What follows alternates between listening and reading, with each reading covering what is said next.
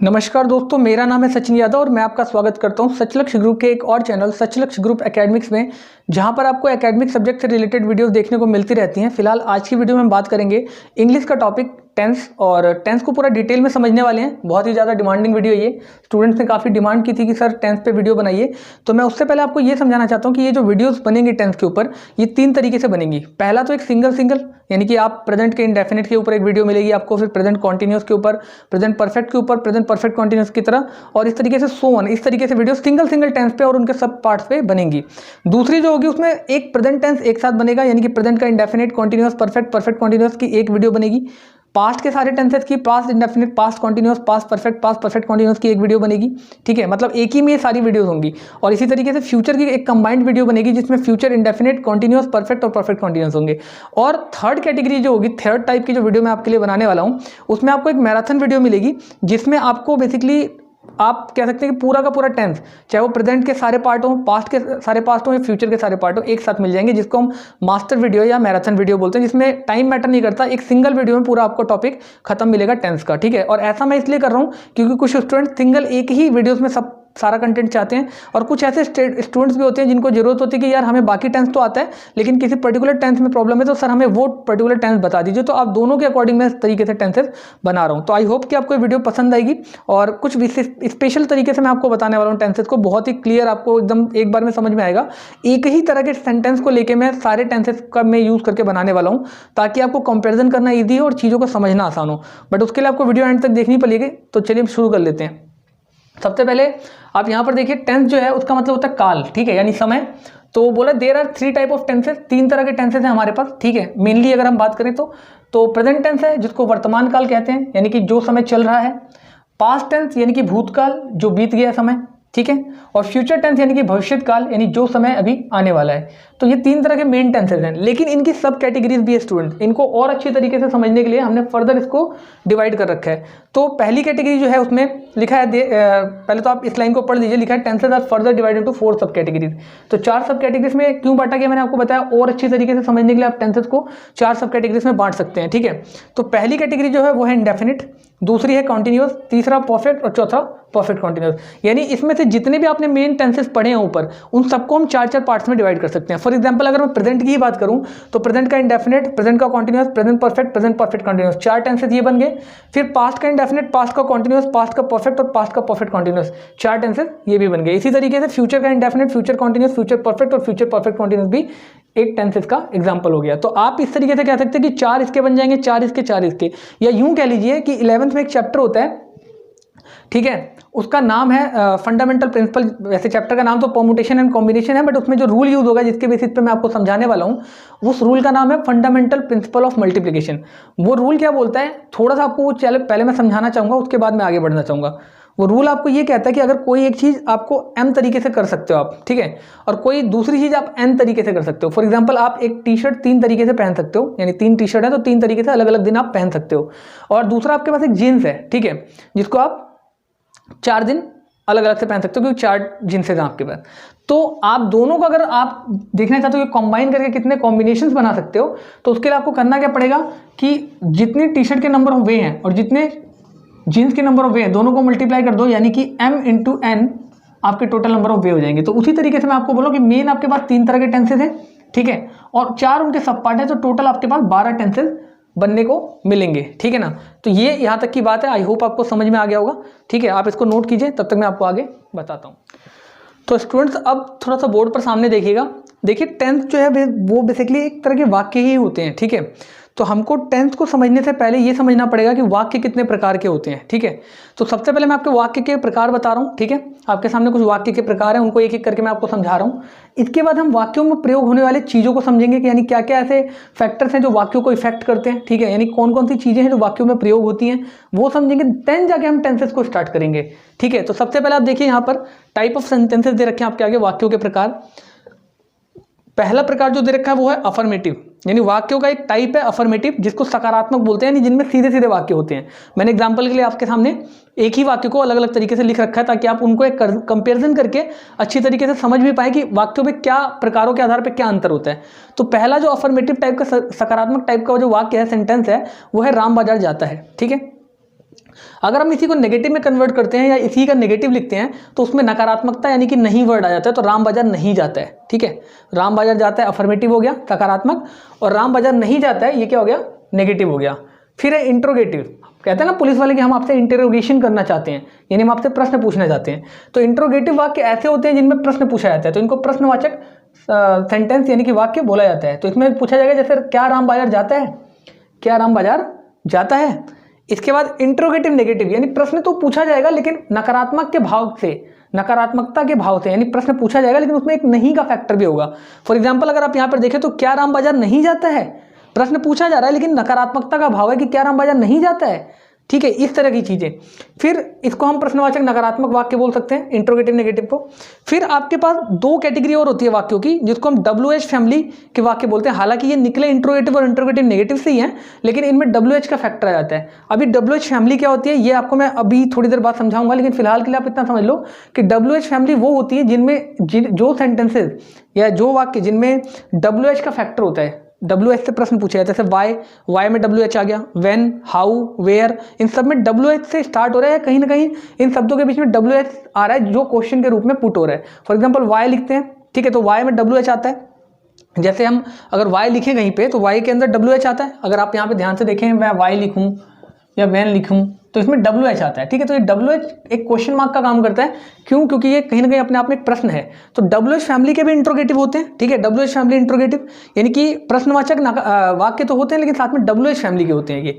ठीक है, तो WH फैमिली के इंट्रोगेटिव, जिसमें राम बाजार क्यों जाता है, क्यों ये जो है ये WH फैमिली का एक मेंबर है, दैट इज वाई इसको हम WH फैमिली के इंट्रोगेटिव बोल रहे हैं। फिर WH फैमिली के इंट्रोगेटिव नेगेटिव सेंटेंस जैसे राम बाजार क्यों नहीं जाता है। ठीक है, समझ पा रहे हैं आप मैं क्या बोल रहा हूँ। मतलब WH फैमिली जो होती है एक तरीके से कुछ ग्रुप है वर्ड्स का जिसमें WH से स्टार्ट होने वाले क्वेश्चन वाले सेंटेंसेस बनते हैं। जैसे WH से स्टार्ट होता है वाई, वाई का मतलब होता है क्यों, तो ये एक प्रश्न पूछ लिया गया। व्हेन, व्हेन का मतलब होता है कब, उसमें भी WH आ गया स्टार्टिंग में। वेयर मतलब कहाँ, उसमें भी WH आ गया। तो ये सारे WH फैमिली के ग्रुप होते हैं, और इन ग्रुप में से अगर कोई भी वर्ड पर्टिकुलरली यूज किया जा रहा है सेंटेंस में तो वो WH फैमिली का प्रश्नवाचक वाक्य बन जाता है। ठीक है ना, और अगर उसमें नकारात्मकता भी है साथ में, यानी कि बाजार क्यों नहीं जाता है टाइप में आ जाता है, नहीं भी आ रहा है साथ में, तो फिर वो WH फैमिली का इंट्रोगेटिव नेगेटिव बन जाता है। कंपेरिजन के लिए आपके सामने वाक्य है, अफर्मेटिव हो गया राम बाजार जाता है, नेगेटिव हो गया राम बाजार नहीं जाता है, इंट्रोगेटिव क्या राम बाजार जाता है, और इंट्रोगेटिव नेगेटिव क्या राम बाजार नहीं जाता है। यहाँ तक तो नॉर्मल सेंटेंसेस थे। ये जो दो हैं ये इन्हीं दोनों में से, इंट्रोगेटिव और इंट्रोगेटिव नेगेटिव में से ही निकल के आए हैं। इनमें पहला है राम बाजार क्यों जाता है, यानी WH फैमिली का इंट्रोगेटिव, और दूसरा है राम बाजार क्यों नहीं जाता है, यानी WH फैमिली का ही इंट्रोगेटिव नेगेटिव। तो आई होप आपको यहाँ तक समझ में आ गया होगा। ठीक है, तो स्टूडेंट्स उसके बाद हम बात कर लेते हैं थोड़ा सा वाक्यों के भाग की, मतलब पार्ट ऑफ सेंटेंसेस। जब हम कोई वाक्य बनाते हैं तो हमें उसमें ये भी पता होना चाहिए टेंस बनाने से पहले, टेंस सीखने से पहले, कि वाक्यों में कौन कौन सी चीज़ें यूज होती हैं और किस ऑर्डर में यूज होती हैं। ठीक है, तो ये मैं आपको पहले समझा रहा हूँ कि पार्ट्स ऑफ सेंटेंसेस यानी कि वाक्यों के भाग, वाक्यों में क्या क्या चीज़ें यूज होती हैं। देखिए ये अफर्मेटिव वाक्य है। ठीक है, अभी हमने पीछे पढ़ा था अफर्मेटिव नेगेटिव वाक्यों के प्रकार, तो ये वाक्यों में अफर्मेटिव है और ये नेगेटिव है। मैंने दो वाक्यों के थ्रू, दो सेंटेंसेस के थ्रू आपको चीज़ें समझाने की कोशिश की। थोड़ा सा बोर्ड पर आप ध्यान दीजिएगा जिन चीज़ों पर मैं हाईलाइट करूँगा। देखिए सेंटेंस रखा है, पिछला ही वाक्य, सेम वाक्य को लेके हम पूरे टेंस में चलेंगे ताकि आपको कंपैरिजन इजी हो। बोले राम बाजार जाता है। ठीक है, अब इसमें आप देखिए इसका सेंटेंस बनेगा राम गोज टू मार्केट। ठीक है, आपको मैं बताऊंगा प्रेजेंट इंडेफिनिट का ये टेंस है, जब मैं रूल्स बताऊंगा तब आप बना पाओगे, लेकिन फिलहाल के लिए आप इतना समझो कि ये एक अफर्मेटिव सेंटेंस है प्रेजेंट इंडेफिनिट का, और ये उसका नेगेटिव सेंटेंस है। तो यहाँ पर बोला रहा है राम बाजार जाता है, राम गोज टू मार्केट। तो इसमें राम, किसी भी सेंटेंस में राम यानी कि जो करता है, जो काम कर रहा है, उसको हम कर्ता बोलते हैं और इंग्लिश में इसको सब्जेक्ट बोलते हैं। ठीक है, तो ये मैंने आपको डिनोट कर रखा है कि चाहे राम इंग्लिश या हिंदी दोनों में, उसको हम एरो से मैंने आपके लिए बना रखा है कि ये सब्जेक्ट है आपके लिए। ठीक है, इसी तरीके से आपका जो बाजार जाता है का बना है गोज टू मार्केट, तो इसमें ये जो वर्ड है गोज, ठीक है, ये जो गोज है, ये गोज में सिर्फ गो की अगर हम बात करें इस पोर्टिकल की, तो गो मैंने आपके लिए लिखा है, ये क्या है, वर्ब है। ठीक है, क्रिया है आपके लिए। और टू मार्केट कहाँ जाता है, मार्केट को जाता है, बाजार को जाता है। तो जो भी काम कर्ता के द्वारा यानी कि सब्जेक्ट के द्वारा किया जाता है, कार्य करने को तो क्रिया बोलते हैं, सब्जेक्ट जो काम कर रहा है, वो जो कार्य किया जा रहा है वो क्रिया हो गया, वर्ब हो गया, और जो भी काम उसके द्वारा किया जा रहा है उसको हम कर्म बोलते हैं यानी कि ऑब्जेक्ट बोलते हैं।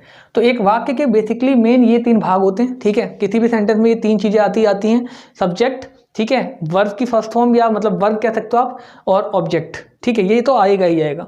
लेकिन एक सेकेंड केस और भी हो सकता है, जब आपका सेंटेंस के अंदर आपका सब्जेक्ट, तो जैसे नेगेटिव का एग्जांपल देके मैंने आपको समझाया है उसी का सेम, राम बाजार नहीं जाता है, ठीक है। तो Ram does not go to market, Ram बाजार नहीं जाता, ये सेंटेंस है Ram does not go to market. तो इसमें आप देखिए राम तो हो गया आपका सब्जेक्ट, मैंने यहाँ हाईलाइट कर रखा है, राम आपका सब्जेक्ट हो गया जिसको हम कर्ता बोलते हैं हिंदी में, काम करने वाला, ठीक है, राम काम कर रहा है। और इसके बाद है डज नॉट, तो ये जो डज नॉट में ये जो डज है ना, इसको हेल्पिंग वर्ब बोलते हैं, इंग्लिश में इसको क्या बोलते हैं, हेल्पिंग वर्ब बोलते हैं। हेल्पिंग वर्ब यानी सहायक क्रिया है ये, ठीक है। इसके बाद नॉट यानी कि नहीं, क्योंकि नकारात्मक वाक्य है, नहीं वर्ड यूज हो रहा है तो नकारात्मकता तो आएगी, नॉट आएगा। फिर है आपका गो यानी कि जाना, वर्ब क्रिया। तो मैंने आपको बताया था सब्जेक्ट तो आएगा ही आएगा, यानी कि कर्ता तो होगा ही, वर्ब भी होगी, ठीक है, और साथ में ऑब्जेक्ट भी होगा, तो ये तो होगा। बस इस सेंटेंस में नई चीज़ क्या आई है, इस सेंटेंस में नई चीज़ है कि हेल्पिंग वर्ब भी आ गई है, यानी कि डू और डज का यूज भी होगा, जिसमें कि डज जो है आपका यहाँ पर यूज होगा, जो कि एक हेल्पिंग वर्ब है, सहायक क्रिया है। सहायक क्रिया का काम क्या होता है, ये क्रिया की यानी कि वर्ब की हेल्प करती है, जैसा कि नाम से ही पता चल रहा है, सहायक क्रिया, तो क्रिया की हेल्प करने वाली है ना। तो राम हो गया आपका सब्जेक्ट यानी कि कर्ता जो काम कर रहा है, डज हो गया हेल्पिंग वर्ब सहायक क्रिया जो कि क्रिया की हेल्प करेगी, नॉट इसलिए आया क्योंकि नहीं है, और वर्ब जो है वो क्रिया हो गई। और टू मार्केट, राम बाजार नहीं जाता है, पर कहाँ नहीं जाता है, राम बाजार नहीं जाता है, राम नहीं जाता है बट कहाँ को नहीं जाता है, बाजार को नहीं जाता है, तो टू मार्केट लगेगा ऑब्जेक्ट, यानी जो भी काम राम के द्वारा किया जा रहा है, बाजार जाने का काम किया जा रहा है, वो ऑब्जेक्ट हो गया, कर्म हो गया। तो एक बात आप इसमें ध्यान से समझेंगे कि आपने एक चीज़ नोट किया होगा कि हमेशा, ठीक है, जो नॉट है वो देखिए आपने ध्यान से, नॉट जो है वो गो से यानी वर्ब से पहले आ रहा है। तो कभी भी आप नोट करेंगे कि जो नॉट होता है वो हमेशा वर्ब से पहले आएगा, कोई भी दुनिया का कोई भी टेंस हो, इस बात को आप नोट करके लिख लीजिए कहीं पे कि दुनिया का कोई भी सेंटेंस हो उसमें जो नॉट होगा, नेगेटिव में जब भी नॉट आएगा नेगेटिव सेंटेंस में, वो हमेशा वर्ब से पहले आएगा, ठीक है। तो एक सेंटेंस के बेसिकली ये 3 या 4 पार्ट होते हैं, एक आपका सब्जेक्ट हो गया, एक आपका हेल्पिंग वर्ब हो गई, एक आपका हेल्पिंग वर्ब के साथ साथ वर्ब हो गई, ठीक है, और ऑब्जेक्ट हो गया। अब आप बात करेंगे नॉट का, तो नॉट किसी में आता है किसी में नहीं भी आता है, तो वो इतना मैटर नहीं करता, वो आप अपने अकॉर्डिंग लगा लेना, और अगर नॉट आता है तो हमेशा वर्ब से पहले आएगा, इस बात को ध्यान रखिएगा। तो सब्जेक्ट हो गया, ठीक है, हेल्पिंग वर्ब हो गई, ठीक है, नॉट हो गया, वर्ब की फर्स्ट फॉर्म या जो भी फॉर्म आप first second third according to sentence लगेगा वो लगा लेंगे, और देन आपका ऑब्जेक्ट आ जाएगा। यानी कि सबसे पहले कार्य करने वाला कर्ता आता है सब्जेक्ट में, ठीक है, सबसे पहले क्या आता है, सबसे पहले की बात नहीं, वो तो सेंटेंस के ऊपर डिपेंड करता है कि सेंटेंस कौन सा बन रहा है। अगर आपका इंट्रोगेटिव सेंटेंस बना रहे हैं तो इंट्रोगेटिव सेंटेंस में आपका सब्जेक्ट सबसे पहले नहीं आएगा, लेकिन मैं आपको बस यहाँ पे ये बताना चाह रहा हूँ कि एक सेंटेंस में बेसिकली क्या क्या पार्ट्स यूज़ किए जाते हैं। एक सब्जेक्ट आता ही आता है, जरूर आएगा, हेल्पिंग वर्ब भी आती है, ठीक है, अगर आपका नेगेटिव सेंटेंसेस वगैरह आ रहे हैं तो हेल्पिंग वर्ब वगैरह भी आएगी, ठीक है, या अफर्मेटिव, इंट्रोगेटिव, अफर्मेटिव को छोड़ के बाकी सब में हेल्पिंग वर्ब आता है। तो आपका सब्जेक्ट हो गया, ठीक है, आपका एक तो सब्जेक्ट हो गया, एक आपकी हेल्पिंग वर्ब हो गई, एक आपकी वर्ब हो गई, और एक आपका ऑब्जेक्ट हो गया। जिसमें से अगर आप मेन में लेना चाहो तो सब्जेक्ट हमेशा आपको देखने को मिलेगा, वर्ब हमेशा देखने को मिलेगी, और ऑब्जेक्ट हमेशा देखने को मिलेगा। सब्जेक्ट क्या हो गया, जो काम कर रहा है उस सेंटेंस में, कर्ता जिसको बोलते हैं।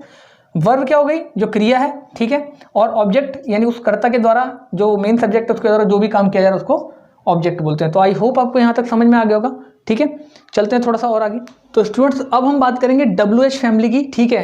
आपको टेंस समझाने से पहले मैं जरूरी समझता हूँ कि WH फैमिली भी आपको पता होनी चाहिए, क्योंकि बार बार यूज़ होने वाली सेंटेंसेस में, तो आपको WH फैमिली बिल्कुल क्लियर होनी चाहिए कि WH फैमिली क्या होती है, उसका कैसे यूज़ करते हैं, और उनमें कौन कौन से वर्ड्स यूज़ होते हैं, ठीक है। तो सबसे पहले बोला WH family is the group of words starting mainly with the WH, ठीक है, वर्ड WH से स्टार्ट होते हैं ये। तो WH फैमिली क्या होता है, एक ग्रुप है वर्ड्स का, ठीक है, जो कि स्टार्ट होते हैं वर्ड WH से। जैसे कि एग्जांपल के लिए वाई मतलब क्यों, तो क्यों में WH वर्ड यूज होता है, ठीक है, स्टार्टिंग में ही होता है मेनली, ज़्यादातर तो WH स्टार्टिंग में यूज हो जाता है, लेकिन एक आध ऐसे हैं जैसे कि आप कह सकते हो WH में आप व्हेन है, एक आध ऐसे हैं जिनमें WH बाद में भी यूज होता है, जैसे W बाद में है, एंड में है, और H पहले है। तो वाई मतलब क्यों हो गया, व्हेन मतलब कब हो गया, हाउ मतलब कैसे हो गया, साथ साथ आप चाहो तो नोट भी कर सकते हो।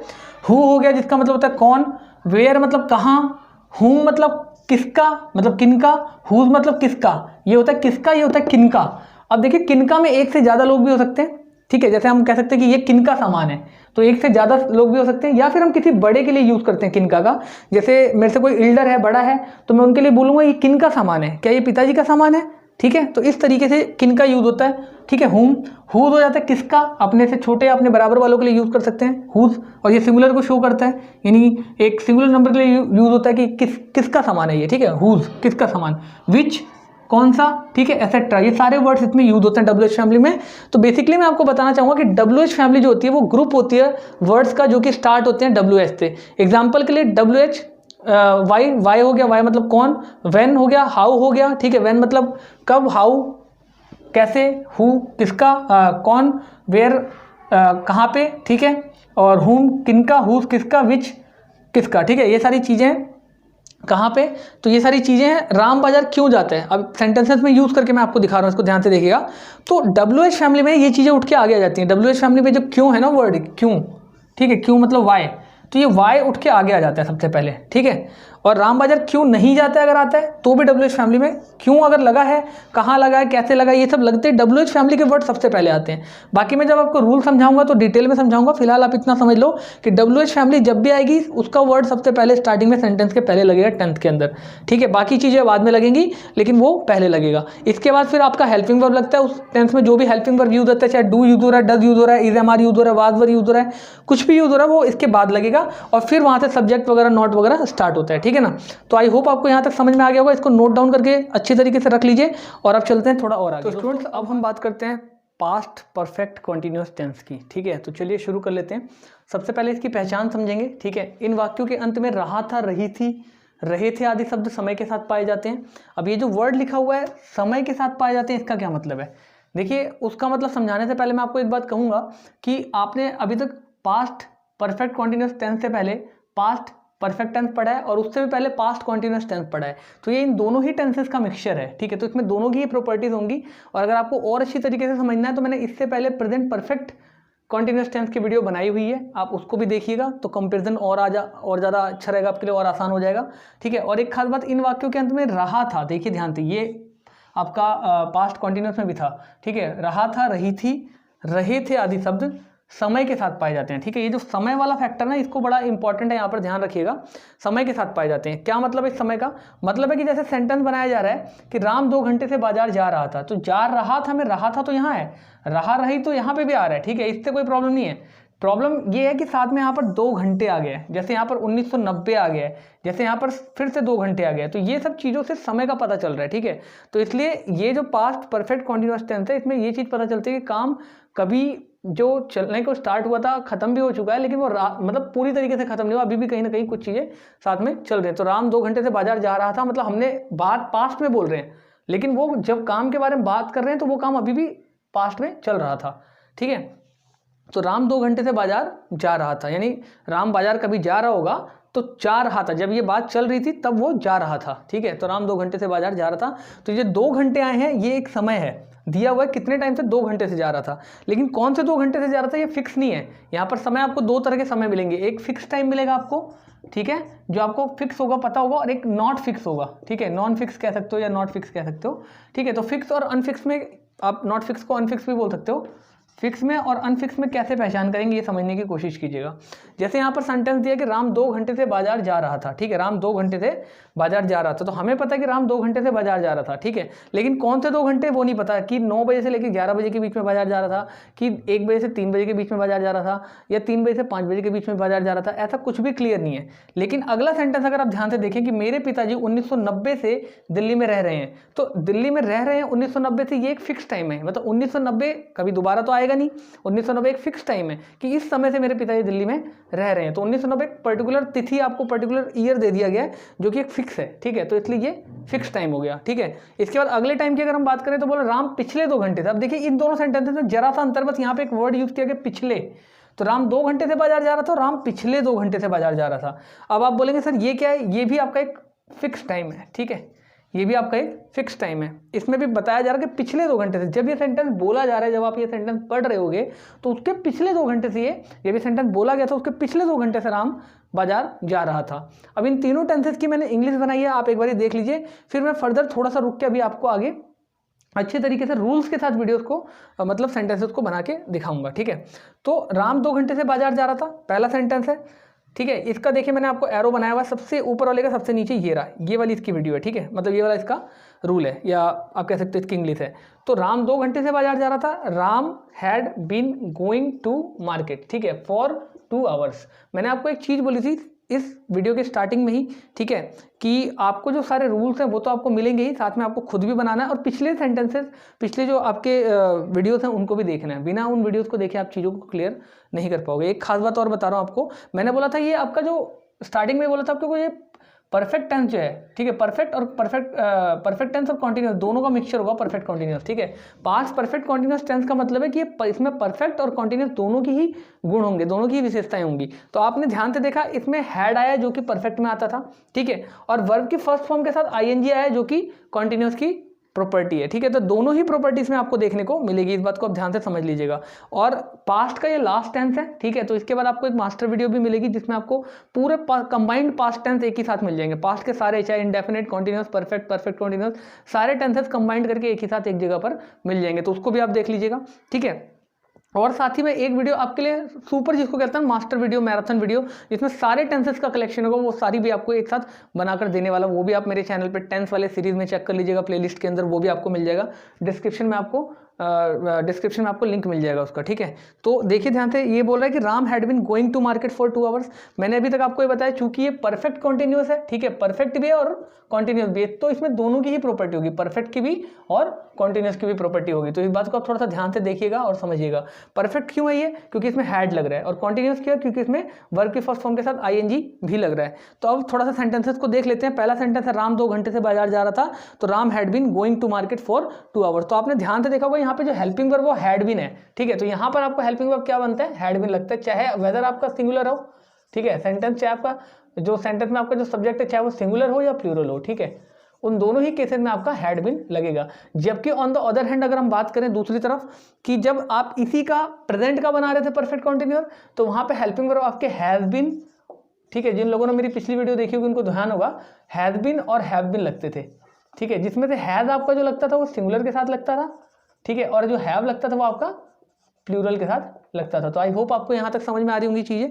तो यहाँ पर ऐसा कुछ सिंगुलर प्लूरल का चक्कर नहीं, सीधे यहाँ पे हैड लगाना है आपको और उसके साथ बीन आएगा, ठीक है। अगर आपने प्रेजेंट परफेक्ट कॉन्टिन्यूअस टेंस वाली वीडियो देखी है तो आपको पता होगा कि यहाँ पे बीन, जितने भी परफेक्ट कॉन्टिन्यूअस वाले सेंटेंसेस होंगे, परफेक्ट कॉन्टिन्यूअस वाले सेंटेंसेस होंगे, उनमें सब में बीन का यूज जरूर होता है, हैड या हैव के साथ, ठीक है।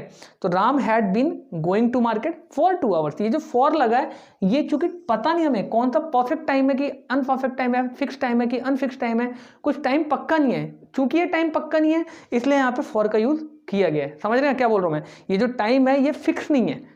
राम 2 घंटे से बाजार जा रहा है, ठीक है, लेकिन राम कब से, कौन से 2 घंटे से बाजार जा रहा है? 7 बजे से 9 बजे तक, 9 से 12, कब तक जा रहा है? कुछ क्लियर नहीं है, ठीक है। तो वो टाइम चूंकि हमें पता नहीं है, सिर्फ इतना पता है कि 2 घंटे से बाजार जा रहा है, इसलिए हमने यहाँ Ram had been going to market for लगाया है, ठीक है, फॉर 2 आवर्स, 2 घंटे से जा रहा है, ठीक है। और यहाँ हैड बीन तो लगेगा ही, मैंने आपको बता दिया था, अभी रूल्स भी बताऊंगा इसके।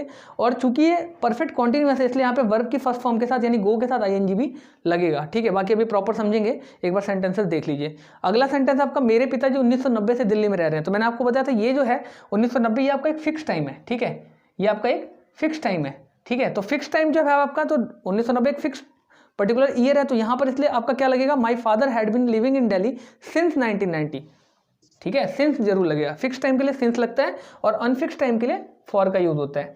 फिर इसी तरीके से अगला सेंटेंस है, राम पिछले 2 घंटे से बाजार जा रहा था। और मैंने आपको बताया जब पिछला वर्ड आ जाएगा पिछले 2 घंटे से, तो वो एक फिक्स टाइम हो जाएगा, ठीक है। और फिक्स टाइम होते आपको पता है सिंस का यूज होगा, तो वो आप ध्यान से देख लीजिएगा। इसका मैंने यहाँ पर आपको एरो देकर बना रखा है कि राम हैड बीन, ठीक है, Ram had been helping verb हो गया, हैड बीन गोइंग यानी वर्ब की फर्स्ट फॉर्म के साथ आईएनजी, गोइंग टू मार्केट, ठीक है, Ram had been going to market. यहां तक अगर आपने ध्यान से देखा, अगर बीन हटा दें इसमें से, हम बीन हटा दें तो ये क्या बन जाएगा? Ram had going to market. ये कौन सा बन जाएगा? कॉन्टिन्यूअस बन जाएगा, ठीक है। सॉरी, नहीं, दोनों ही में से कुछ नहीं बनेगा, सॉरी, क्योंकि यहाँ पर हैड भी लग जा रहा है और आईएनजी भी आ रहा है। तो यहाँ पर आप इतना समझ लीजिए कि Ram had been going to और मार्केट के साथ यहाँ ध्यान से देखिए सिंस आ रहा है। क्यों आ रहा है सिंस? क्योंकि यहाँ पर आपका जो पिछला लग गया ना वर्ड, इसकी वजह से ये फिक्स टाइम हो गया। तो पिछले 2 घंटे से, इसलिए सिंस लास्ट 2 आवर्स। तो आई होप आपको यहाँ तक समझ में आ गया होगा। बाकी आप इतना को नोट कीजिए, अभी मैं प्रॉपर आपको रूल्स के साथ समझाऊंगा, तब आपको और अच्छी तरीके से क्लियर हो जाएगा। तो स्टूडेंट्स अब थोड़ा सा और आगे देख लेते हैं। सबसे पहले हमारे पास अफर्मेटिव सेंटेंस है, उसके बाद नेगेटिव, ठीक है, और फिर उसके बाद हम इंट्रोगेटिव और interrogative negative and so on आगे करते रहेंगे। तो सबसे पहले अफर्मेटिव सेंटेंस आपके सामने जो है उसको हम बना के और उसका रूल समझ लेते हैं, ठीक है। तो सेंटेंस दे रखा है, राम 2 घंटे से बाजार जा रहा था। तो यहाँ से ध्यान से देखेंगे आप, ये 2 घंटे जो है इसमें समय दिया हुआ है, और चूंकि अंत में रहा था, रही थी वर्ड आ रहा है, ठीक है, इसलिए ये आपको ध्यान से क्लियर हो गया होगा। था की वजह से ये पास्ट हो गया और रहा की वजह से ये, ठीक है, कॉन्टिन्यूस हो गया। लेकिन साथ में ये समय भी दे रखा है, इसलिए आपको ये चीज़ क्लियर हो जाएगी कि ये जो सेंटेंस है ये पास्ट परफेक्ट कॉन्टिन्यूअस टेंस का है, ठीक है, क्योंकि रहा था रही थी के साथ आपने देखा रूल क्या है, रहा था, ठीक है, रहा था रही थी आदि शब्दों के साथ, रहे थे आदि शब्दों के साथ समय आता है, ठीक है, समय के साथ पाए जाते हैं। तो रहा था रही थी तो है, लेकिन साथ में समय भी है, ठीक है। तो इसलिए राम 2 घंटे से बाजार जा रहा था, ये कौन सा टेंस है, पास्ट परफेक्ट कॉन्टिन्यूअस टेंस है, और उसका अफर्मेटिव है क्योंकि सिंपल वाक्य बोला जा रहा है, राम 2 घंटे से बाजार जा रहा था। तो Ram had been going to market for 2 hours, अभी थोड़ी देर पहले मैंने आपको समझाया है। अब बस कुछ है नहीं, इसमें रूल्स हैं, ठीक है। तो राम यानी सब्जेक्ट, सबसे पहले आप जो आपका करता है यानी कि जो आपका सब्जेक्ट है उसको लिखेंगे, फिर हैड बीन आ जाता है, ठीक है, क्योंकि एक ही हेल्पिंग वर्ब है, बट मैंने फिर भी दोनों को अलग अलग लिखा है क्योंकि अभी जब हम नेगेटिव बनाएंगे तो जस्ट बीन से पहले नॉट आ जाता है, तो फिर प्रॉब्लम ये होती है कि अगर हम हैड बीन को एक साथ लिख दे तो फिर नॉट को कहाँ बीच में डालेंगे, इसलिए मैंने इन दोनों को अलग अलग लिखा है। तो हैड अलग रहेगा प्लस बीन अलग, फिर वर्ब की फर्स्ट फॉर्म, फिर ING plus object plus since या फॉर में से कोई एक लगेगा, क्योंकि यहाँ पे टाइम फिक्स नहीं है, ठीक है। 2 घंटे बोला लेकिन कौन से 2 घंटे हमें पता नहीं, इसलिए हमने यहाँ पे फॉर का यूज किया है। तो सिंस या फॉर में से यहाँ फॉर लग गया और फिर आपने देखा टाइम जो कि 2 घंटे हैं, यहाँ पे 2 आवर्स, ठीक है। तो Ram had been going to market for 2 hours, ये सेंटेंस है, रूल आपके सामने है हैश के रूप में, ठीक है, आप देख लीजिएगा। इसके बाद अब क्वेश्चन पुट होता है कि सर आपने हैड और बिन को अलग अलग क्यों रखा, अभी मैंने आपको समझाया था, थोड़ा और क्लियर कर देता हूँ। राम 2 घंटे से बाजार नहीं जा रहा था, ये जो वर्ड नहीं आ रहा है ये नकारात्मक सेंटेंस हो गया, नेगेटिव वाक्य बन गया, तो इसकी वजह से आपका Ram had not been going to market for 2 hours, Ram had, अब देखिए अब बीन से पहले नॉट आया है, ठीक है, बीन से पहले नॉट आया। हमेशा आपने जितने भी सेंटेंसेस अब तक पढ़े होंगे सब में आपने एक चीज नोट की होगी, वर्ब से पहले नॉट लगता था, ठीक है, लेकिन ये इकलौता ऐसा सेंटेंस है, इकलौता ऐसा टेंस है जिसमें, इकलौता टेंस मतलब कि परफेक्ट कॉन्टिन्यूस वाला, चाहे वो प्रेजेंट का हो, पास्ट का हो या फ्यूचर का है, इकलौता ऐसा टेंस होता है ये परफेक्ट कॉन्टिन्यूस वाला जिसमें आपके हेल्पिंग वर्ब जो है उसके बाद में तो लगता है, लेकिन कहीं ना कहीं एक बीच में हेल्पिंग वर्ब बीन के नाम से रह जाता है, यानी कि वर्ब के पहले, मैंने आपको बोला था नॉट लगता है, वर्ब के पहले इसमें नॉट नहीं लगता, इसमें हेल्पिंग वर्ब भी बीच में बीन का रहता है, बीन से पहले हमेशा नॉट लगेगा, ठीक है। यानी बाकी जितने भी आपने सेंटेंसेस देखे हैं, जैसे आप लेट करो कॉन्टिन्यूस देखा आपने, तो इज एम आर होता है, फिर नॉट होता है, फिर वर्ब की फर्स्ट फॉर्म होती है, ठीक है, वो चीज़ होती है, लेकिन वहाँ वर्ब से पहले नॉट लगता है, यहाँ वर्ब से पहले नहीं है, यहाँ वर्ब से पहले नहीं है, यहाँ पे बीच में बीन आ जाता है, बीन से पहले नॉट लगाना पड़ता है, ठीक है। तो Ram had not been going to market for 2 hours, ये आपका सेंटेंस बनेगा। गोइंग इसलिए क्योंकि वर्ब की फर्स्ट फॉर्म गो, उसके बाद आईएनजी लगा है, ठीक है, फिर ऑब्जेक्ट है टू मार्केट, फिर वर्ब की फिर सिंस या फॉर में से कोई एक चीज़ है, चूंकि यहाँ पे टाइम फिक्स नहीं है इसलिए यहाँ पे फॉर लग गया और फिर टाइम 2 आवर्स। तो Ram had not been going to market for 2 hours, तो ये रहा सब्जेक्ट रूल में, ठीक है, फिर हैड, ठीक है, फिर नॉट आपका ये रहा, उसके साथ बीन आ जाएगा, फिर वर्ब की फर्स्ट फॉर्म, ठीक है, फिर आईएनजी आ जाएगा वर्ब के फर्स्ट फॉर्म के साथ, फिर ऑब्जेक्ट आपका टू मार्केट, फिर फॉर या सिंस में से एक चीज लग जाता है तो हमने यहाँ फॉर लगाया और फिर आपका टाइम आ जाता है 2 आवर्स। तो आई होप आपको यहाँ तक समझ में आ गया होगा। तो राम 2 घंटे से बाजार नहीं जा रहा था, Ram had not been going to market, ठीक है, फॉर 2 आवर्स, इतना आपको समझ में आ गया होगा। अब हम चलते हैं थोड़ा सा और आगे, ठीक है, इतना नोट कर लीजिएगा। तो स्टूडेंट्स अब थोड़ा सा और आगे चलेंगे और देखेंगे इंट्रोगेटिव सेंटेंस और इंट्रोगेटिव नेगेटिव सेंटेंस, ठीक है, पास्ट परफेक्ट कॉन्टिन्यूअस का इंट्रोगेटिव और इंट्रोगेटिव नेगेटिव सेंटेंस। तो इंट्रोगेटिव सेंटेंस है क्या राम 2 घंटे से बाजार जा रहा था, ठीक है, आप साथ में देख पा रहे हैं यहाँ पर रहा था आया है, ठीक है, इसलिए ये पास्ट परफेक्ट का कॉन्टिन्यूअस है क्योंकि साथ में समय भी है, ठीक है। जब समय के साथ रहा था रही थी आए, जैसा कि हम यहाँ पे पढ़ पा रहे हैं कि इन वाक्यों के अंत में रहा था रही थी रहे थे आदि शब्द समय के साथ पाए जाएं, ठीक है, तो ये पास्ट परफेक्ट का कॉन्टिन्यूअस टेंस होता है। रूल आपको पता ही है, ठीक है, रूल के अकॉर्डिंग हम बनाएंगे। सबसे पहले बोल रहा है हैड, तो ये देखिए आपका हैड है, फिर सब्जेक्ट यानी कि राम, फिर बीन, ठीक है, मैंने आपको बोला था, फिर बीन आएगा, फिर वर्ब की फर्स्ट फॉर्म गो, फिर आईएनजी लगेगा, आईएनजी लगा दिया, फिर ऑब्जेक्ट टू मार्केट, ऑब्जेक्ट जो है वो टू मार्केट है, फिर सिंस या फॉर में से एक आ जाएगा तो हमने फॉर लगा दिया क्योंकि यहाँ पे टाइम जो है वो फिक्स नहीं है। इसके बाद आपका जो टाइम है वो आ जाएगा। तो एक कुल मिला के आप कह सकते हैं क्या राम 2 घंटे से बाजार जा रहा था, ठीक है, had Ram been going to market for 2 hours, ये हमारा सेंटेंस है, ठीक है। इसी तरीके से आपका इंट्रोगेटिव नेगेटिव भी बनेगा, क्या राम 2 घंटे से बाजार नहीं जा रहा था, had Ram not been going to market for 2 hours, had Ram not been going to market for 2 hours, ठीक है, रूल वही है हैड, ठीक है, फिर सब्जेक्ट, तो ये रहा राम, ठीक है, सब्जेक्ट वही होता है जो काम कर रहा होता है, करता होता है, जैसे राम यहाँ पे काम कर रहा है जाने का, ठीक है, बाजार जा रहा है, ठीक है। इसके साथ हम बात करते हैं बीन, ठीक है, बीन से पहले नॉट आता है, ध्यान रखेंगे। यहाँ पे बच्चे सबसे ज़्यादा गलती करते हैं कि जो बीन है वो नॉट से पहले आता है। बाकी टेंसेज में जो नॉट है वो हमेशा वर्ब से पहले आता है, ठीक है। जैसे आप यहाँ पे देख रहे हैं ना वर्ब, तो इससे पहले आता है, ठीक है, इससे जस्ट पहले आता है। लेकिन ये इकलौता ऐसा टेंस होता है, ठीक है, जो परफेक्ट कॉन्टिन्यूस होता है, चाहे वो प्रेजेंट का, पास्ट का, फ्यूचर का, किसी का भी हो, बीन जो है उससे पहले इसमें नॉट आएगा, ना कि वर्ब से पहले नॉट आएगा। तो नॉट, फिर बीन, फिर वर्ब की फर्स्ट फॉर्म के साथ आईएनजी जो कि गोइंग है यहाँ पे, ठीक है। फिर उसके बाद ऑब्जेक्ट जो कि टू मार्केट है यहाँ पे, फिर सिंस या फॉर में से एक लगता है, चूंकि यहाँ पे टाइम फिक्स नहीं है तो यहाँ पे फॉर लगा है, और फिर उसके बाद जो टाइम आता है 2 आवर्स, यहाँ पर 2 घंटे से जा रहा है तो 2 आवर्स लगेगा, और फिर लास्ट में चूंकि प्रश्न पूछा जा रहा है इसलिए क्वेश्चन मार्क है। और एक खास बात अब मैं आपको 2 ट्रिक्स बताने वाला हूँ, वो थोड़ा सा ध्यान से देखिएगा। ट्रिक ये है कि अब हमको इंट्रोगेटिव WH फैमिली का, ठीक है, और इंट्रोगेटिव नेगेटिव WH फैमिली का बनाना है, ठीक है। तो उसके लिए ट्रिक क्या है कि आपने ये WH फैमिली का इंट्रोगेटिव नेगेटिव देखा हुआ है, ये वाला, ठीक है, WH फैमिली का इंट्रोगेटिव नेगेटिव, और ये इंट्रोगेटिव सेंटेंस देखा हुआ है। ये इंट्रोगेटिव नेगेटिव है, ये इंट्रोगेटिव सेंटेंस है, और अब हमें इसी से बनाना है WH फैमिली का इंट्रोगेटिव और WH फैमिली का इंट्रोगेटिव नेगेटिव। तो कैसे बनाएंगे, ध्यान से ये चीज़ आप देखिएगा, ठीक है। हमें करना क्या है, हमें जस्ट क्या करना है, ध्यान दीजिएगा, ये जो आपका सेंटेंस है इसके आगे WH फैमिली का वर्ड लगा देना है। लेट हमारा क्वेश्चन है कि राम 2 घंटे से बाजार क्यों जा रहा है। क्यों जा रहा है मतलब वो WH फैमिली का बन जाएगा, ठीक है।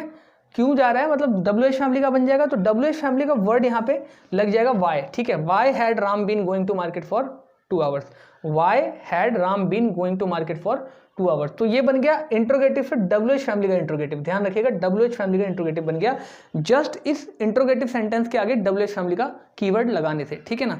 इसी तरीके से सिमिलरली ये इंट्रोगेटिव नेगेटिव सेंटेंस है, ठीक है। क्या राम 2 घंटे से बाजार नहीं जा रहा था, अगर हम इसको बदल दें और बोल दें कि राम 2 घंटे से बाजार क्यों नहीं, यहाँ पर डाल दे क्यों नहीं जा रहा था, तो यहाँ पर just had Ram not been going to market for 2 hours, यानी कि इंट्रोगेटिव नेगेटिव के आगे हम WH फैमिली का वर्ड यानी वाई लगा दें, तो why had Ram not been going to market for 2 hours, ये बन जाएगा WH फैमिली का इंट्रोगेटिव नेगेटिव। तो ये थी हमारी ट्रिक दोनों के लिए। सारी ही वीडियोस में मैंने ये ट्रिक बताई है, जितनी भी टेंसेस की वीडियो है, टेंसेस के ऊपर पूरी सीरीज है हमारी, वो आप चेक कर सकते हैं। सारी वीडियो में मैंने आपको बताया, सब में यही ट्रिक है कि WH फैमिली का इंट्रोगेटिव बनाने के लिए इंट्रोगेटिव के आगे आप WH फैमिली का वर्ड लगा दीजिए, और इंट्रोगेटिव नेगेटिव बनाने के लिए WH फैमिली का इंट्रोगेटिव नेगेटिव बनाने के लिए आप इंट्रोगेटिव नेगेटिव सेंटेंस के आगे उसी टेंस के इंट्रोगेटिव नेगेटिव के आगे आप WH फैमिली का कीवर्ड लगा दीजिए। जैसे मैंने यहाँ पर वाई लगाया, तो वाई लगाते ही ये सेंटेंस बन गया राम 2 घंटे से बाजार क्यों नहीं जा रहा था, यानी WH फैमिली का इंट्रोगेटिव नेगेटिव बन गया why had Ram not been going to market for 2 hours. तो आई होप आपको यहाँ तक समझ में आ गया होगा। वीडियो को पॉज करके नोट डाउन कर लीजिएगा, और इसके बाद मिलते हैं नेक्स्ट वीडियो में। Till then take care, have a good day, bye.